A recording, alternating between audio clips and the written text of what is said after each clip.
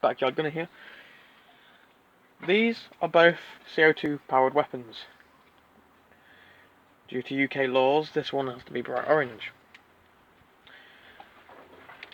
This is the magazine of the 1911.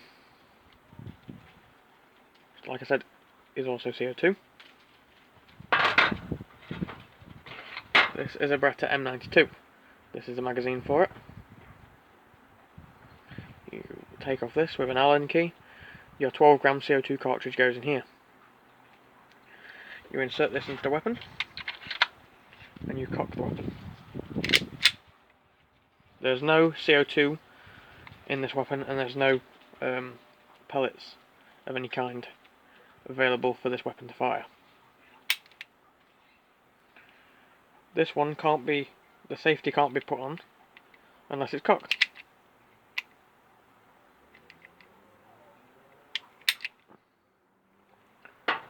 However, the 1911 is not cocked, but the safety can be put on.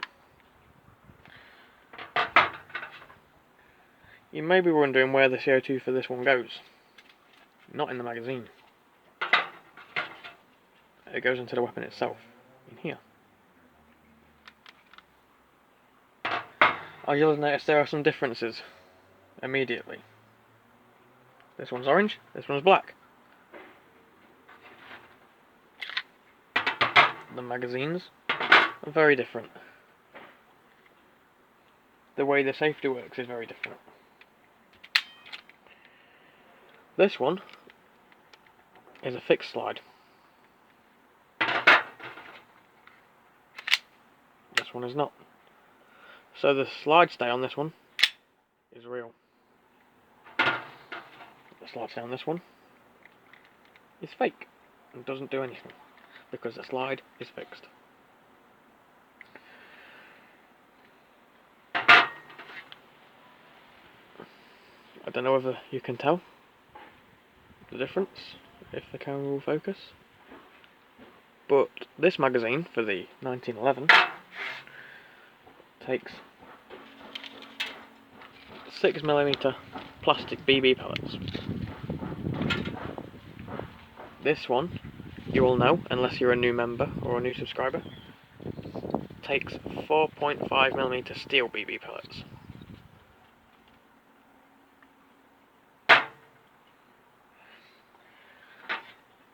Now, although this looks like a... I was going to say it looks like a real 1911, but it doesn't at all, because my spring version looks more realistic than this. Other than that, the functionality of it, like the safety that works, I guess you could say that looks realistic, I'll say, because real is nothing like the real version. This is more of a replica than the 1911 that we have there. This one's obviously got some wear and tear on it, and it's been on the channel a lot longer, a year longer actually. Unfortunately I can't fire this one today in this video because I've got no CO2 cartridges for it. They're actually on delivery and should arrive in about 8 days.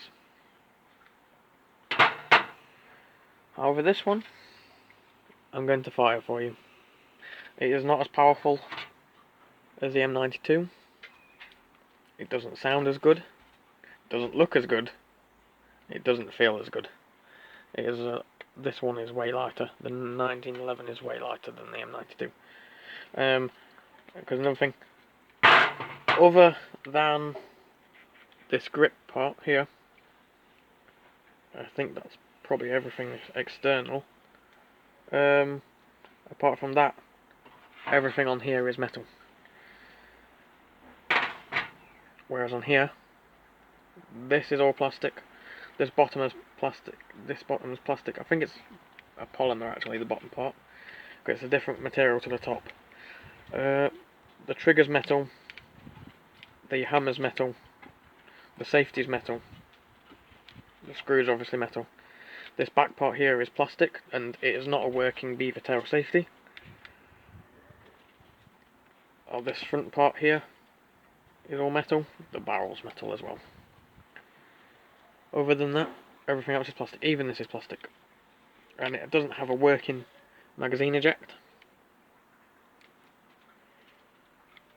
So, yeah.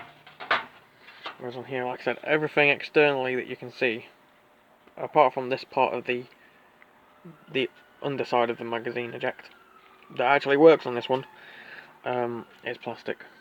And those are the only external plastic parts. This one I can fully disassemble as well, just like the real thing. Like I said, there's no ammunition for this one available at the minute, so I could take it down even more, but that would require a screwdriver, and I'm not going to take it all apart at the minute. Obviously you can see that some parts internally on the M92 are really oily and dirty, but are plastic.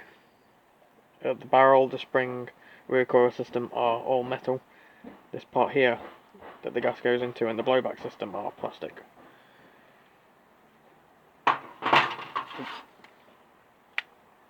There is where the hammer hits is also metal. Some metal internals, and I don't yet know how to, if I can, take this one apart. So yeah, I've just got oil all over it as well. So I haven't loaded it fully. Just going to fire off a few shots for you. There's no cocking involved.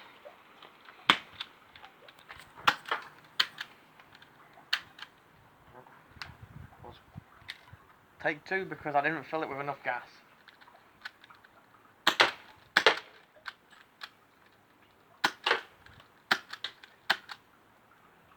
That's what we're going to do today.